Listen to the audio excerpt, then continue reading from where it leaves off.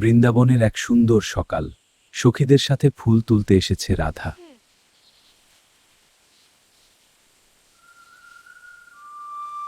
ওদিকে কৃষ্ণ লুকিয়ে লুকিয়ে সখীদের খেলা দেখছে। আজ একটু দুষ্টুমি না করলে চলে?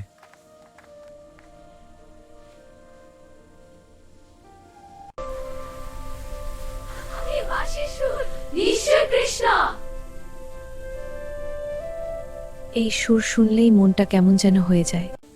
কি সখীরা, আমাকে ছাড়া খেলাটা মজার হচ্ছে? তুমি আবার কি দুষ্টুমি করতে এসেছো? বাঁশির মধুর সুর বাজাতে বাজাতে কৃষ্ণ ধীরে ধীরে সখীদের পাশ কাটিয়ে রাধার দিকে এগিয়ে এল।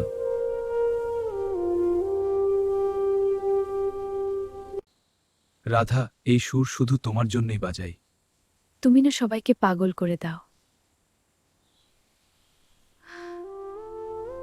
রাধা সুন্দর হবার হল। গাছের ছায়ায় রাধা ধীরে ধীরে মাথা রাখছে কৃষ্ণের বুকে। কৃষ্ণ মধুর বাঁশি বাজাচ্ছে, চারপাশে শান্ত পরিবেশ পড়ে।